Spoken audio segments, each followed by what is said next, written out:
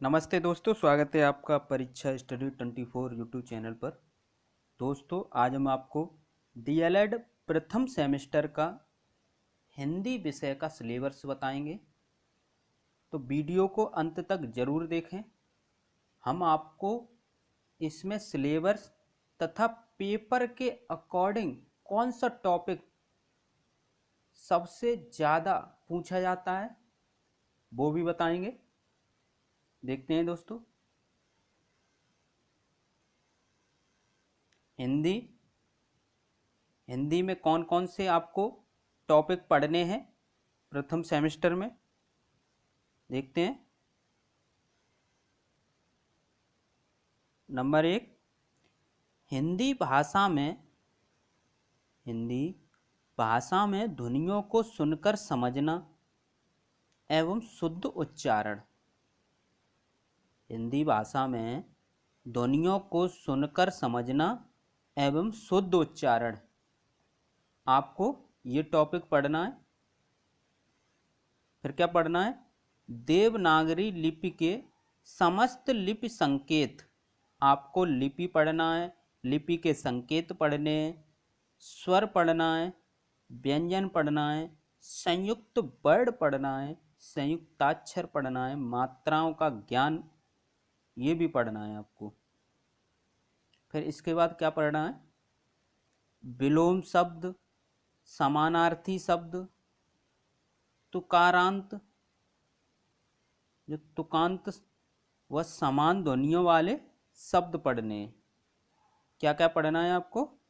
विलोम शब्द, समानार्थी, तुकांत, जो तुकारांत शब्द होते हैं, समान ध्वनि वाले शब्दों को पहचानना है। ये आपके सिलेबस है। और क्या है? अल्प विराम, यानी विराम चिन्ह को आपको पढ़ना है। विराम चिन्ह में क्या क्या है? अल्प विराम, अर्ध विराम, पूर्ण विराम, प्रश्नवाचक, विस्मयबोधक, अवतरण चिन्ह, विराम चिन्ह, इन सभी का आपको ज्ञान करना है और उनका प्रयोग भी सीखना है। और क्या क्या पढ़ना है आपको? लेखन शिक्षण की विधियाँ, लेखन शिक्षण की विधियाँ और लिखना सीखने में ध्यान रखने योग्य बातें। बैठने का ढंग, जो सीखने में ध्यान रखने योग्य बातें कौन सी हैं? बैठने का ढंग, आँख से कागज की दूरी, कलम पकड़ने की विधि, शिरोरेखा, लिपि, अक्षर की सुडौलता और उपयुक्त नमूने, अभ्यास, सुलेख, अनुलेख और श्रुतिलेख। ये आपके सभी सिलेबस में है। फर्स्ट सेमेस्टर में इतना आपका सिलेबस है। आप स्क्रीनशॉट ले सकते हैं, स्क्रीनशॉट ले लीजिए जल्दी से। अब पेपर के अकॉर्डिंग कौन से टॉपिक से और किस प्रकार के प्रश्न बनते हैं वो आपको हम बताएंगे। देखते हैं दोस्तों। बर्ड, यानी आपको बर्ड के बारे में नॉलेज होनी चाहिए। बर्ड कितने होते हैं, इसमें संयुक्त बर्ड कौन से होते हैं। नेक्स्ट देखते हैं दोस्तों, वर्णमाला। वर्णमाला, इससे आपके क्वेश्चन आते हैं, जैसे वर्णमाला का आशय क्या है, ये 2017 में आपके क्वेश्चन पूछा गया है। और हिंदी भाषा में मूलतः वर्णों की संख्या मानी जाती है, ये वर्ड से क्वेश्चन पूछा गया है। और अक्षर समूह का दूसरा नाम वर्णमाला है, ये आपके वर्णमाला से क्वेश्चन पूछा गया है। यानी कि वर्ड एंड वर्णमाला से इस प्रकार से क्वेश्चन पूछे जाते हैं। नेक्स्ट देखते हैं स्वर। स्वर देखते हैं। कुल स्वरों की संख्या 13 होती है। अगर आपसे पूछा जाए कि कुल स्वर कितने होते हैं, तो 13 स्वर होते हैं।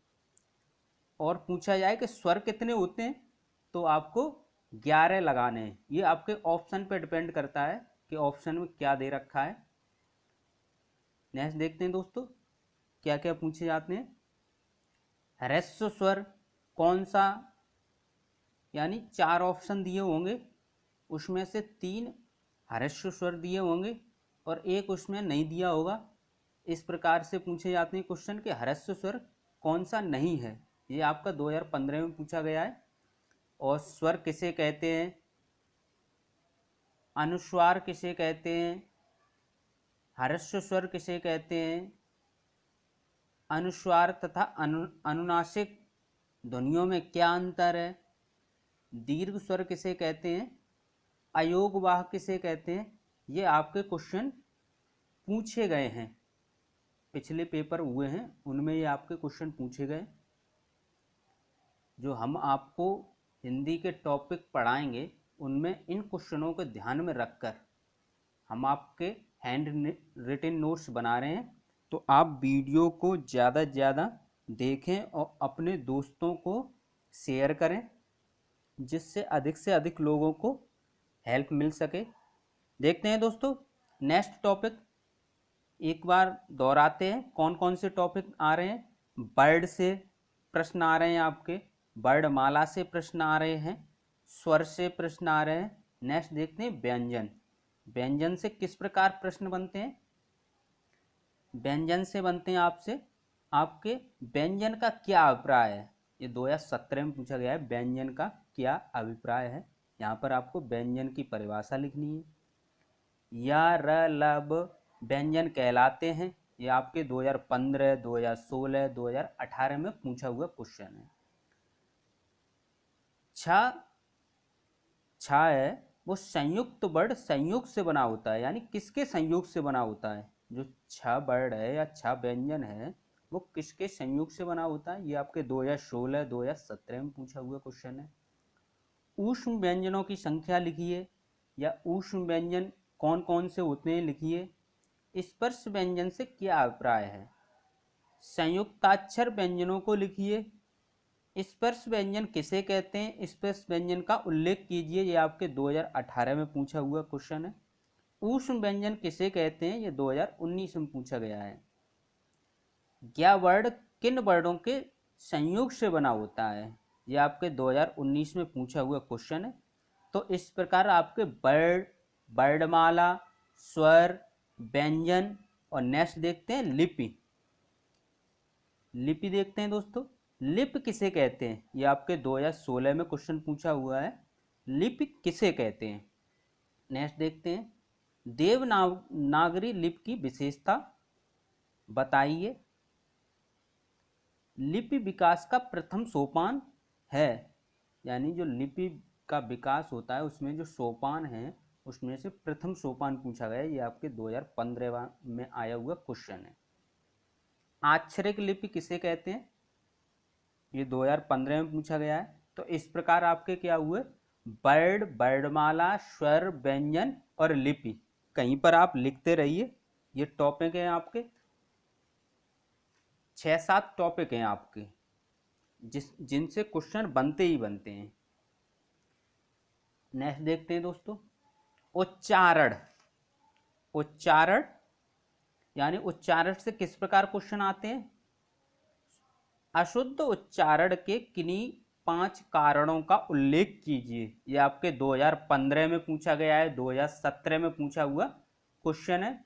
और देखते हैं दोस्तों अशुद्ध उच्चारण सुधार हेतु ध्यान देने वाले बिंदुओं का उल्लेख कीजिए। ये आपके 2017 में पूछा गया है।